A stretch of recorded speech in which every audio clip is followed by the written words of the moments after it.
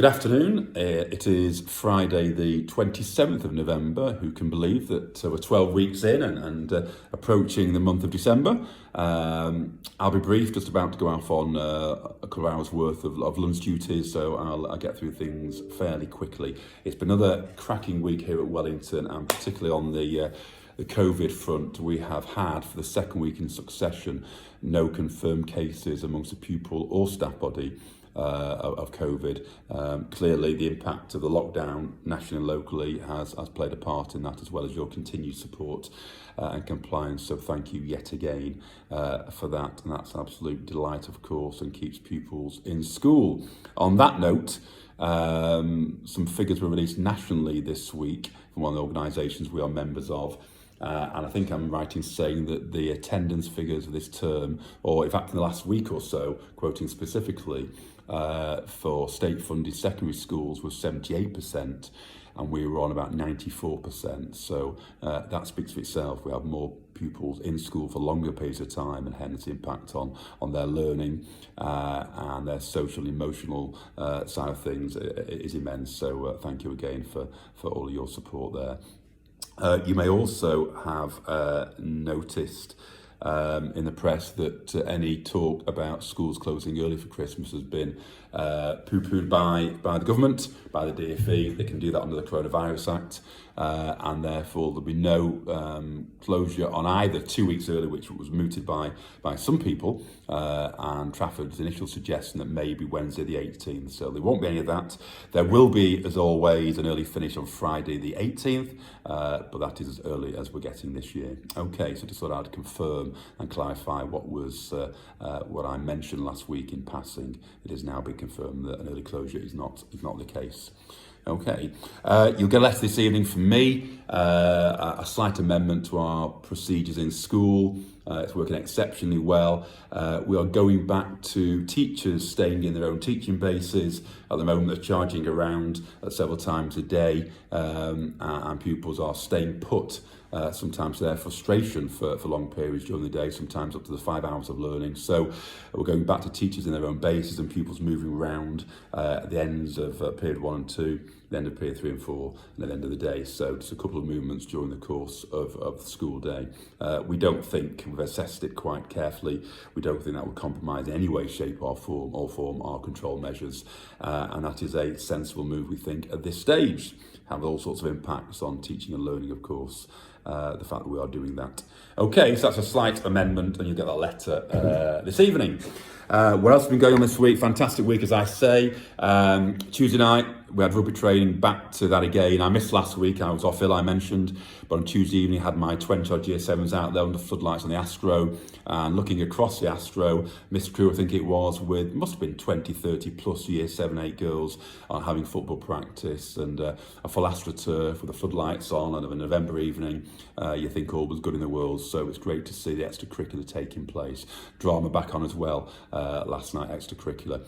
I have to say, the drama notes had the pleasure, absolute joy and privilege of watching our Year 11 drama, GCSE drama group, do one of their performances that gets assessed on Wednesday afternoon, 3 groups, 10-15 minutes performance each group, and it was absolutely outstanding. Delighted to see some current themes, some topical themes around anti-racism and mental health and social media playing out in those little productions which the pupils script themselves and perform themselves. Absolutely outstanding. I'm no expert, I don't know what the mark scheme is, but Miss Norbury and Mrs Richardson seemed absolutely delighted with the performance, so well done to all the Year 11s who took part in that. It's been a week of badges as well. I mentioned anti-racism there. Mrs Cooper was delighted to start handing out the anti-racism badges. In fact, she's miscalculated and we've run out because the 400 plus pupils, HR staff all wanted one of those badges. So we'll order some more and get those delivered and issued during the course of the next week or so. But of course, that comes with an expectation, and the young people who want to be ambassadors will be signing an anti-racism pledge.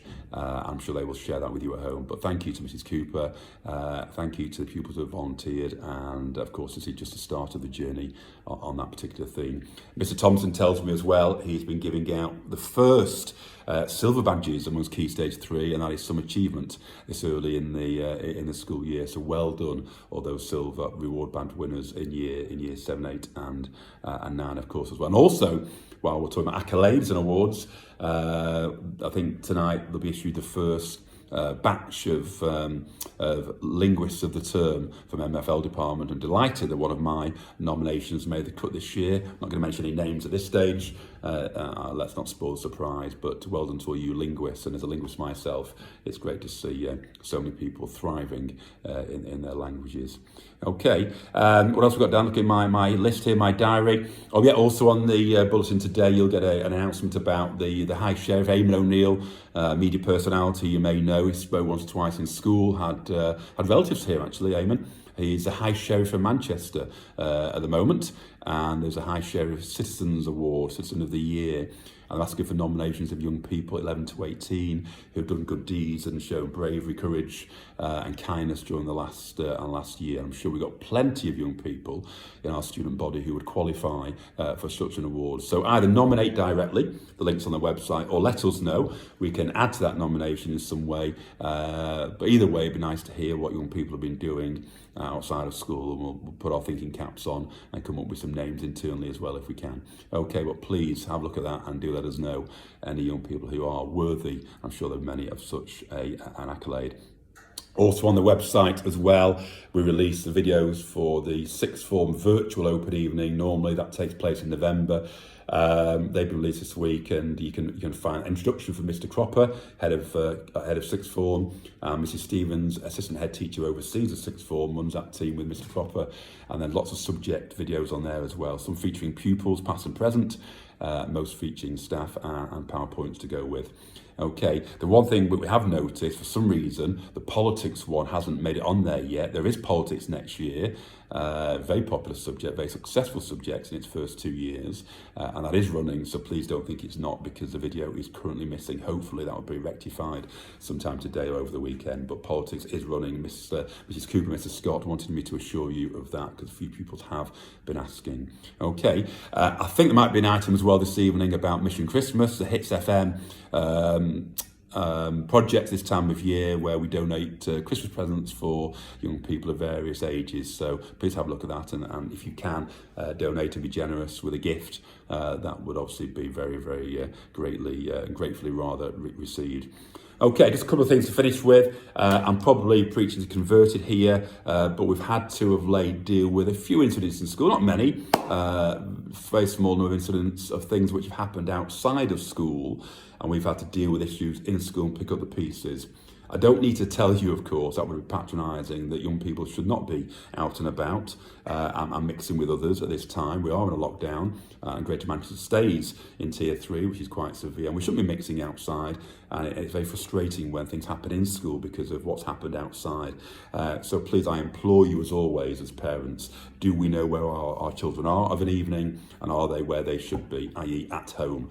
I'll say no more than that for the time being, but please continue to support me in that. But I know probably the people I'm talking to are converted to that idea anyway. Finally, from me, last thought, I suppose, yesterday, apart from the idea that I need a damn good haircut, I've noticed. Yesterday I had the pleasure of being invited to a high school in Cheshire to do some training with some of their middle leaders who are aspiring to be senior leaders. Great bunch, and I basically talked for 2.5 hours. They did some work as well about the Wellington story. The title of the presentation I was asked to do was about vision setting and implementation. But I talked in essence about the Wellington journey, 2 phases from 2012, 2015-ish, and then 2015-16 to today, because it was at that point in 2016 when we launched our new values and aims and mission statements, and those values underpin everything we do. And I have to say, it just makes you reflect on the journey we've come on in the last sort of 8 years or so, and how the school has changed in many ways, and the culture we enjoy so much today. It's important that we don't take that for granted, and it made me very proud and very privileged to be head teacher and be able to present in such a way, and I know it's well received by the colleagues kids at the high school I was talking to yesterday. So that is, I suppose, a way of saying well done to you all for being part of the community, being part of that culture, contributing to it and creating that legacy for future generations of Wellingtonians, parents and students and staff, of course. So thank you for that. Great place to work. We are shattered. 3 weeks to go. I'm not wishing my life away, but looking forward to Friday the 18th, but lots of fun and games in the meantime, no doubt. And let's see if we can possibly make it a bit Christmassy and a bit festive over the next few weeks, despite all the restraints that we are living under. Yeah, I'm sure Greater Manchester will be out of Tier 3 in 2 weeks' time, and they review on December the 16th. I'm one of the fortunate ones living in Warrington, which is Tier 2, so I might find myself in a pub or a restaurant having a meal as of next week, not wanting to gloat, but yeah, there is light at the end of the tunnel, isn't there, in many, many ways, so let's just keep it going for the time being, and let's make sure we have a safe Christmas when it comes, and school in January carries on as it has done this term. Thank you once again, have a great weekend when you're up to, stay safe, and no doubt speak to you next week. Bye-bye for now.